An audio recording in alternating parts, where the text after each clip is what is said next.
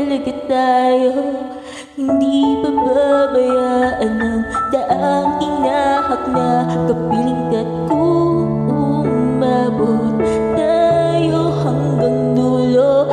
Kapit lang ng mahigpit, aabutin natin ang mga tayo.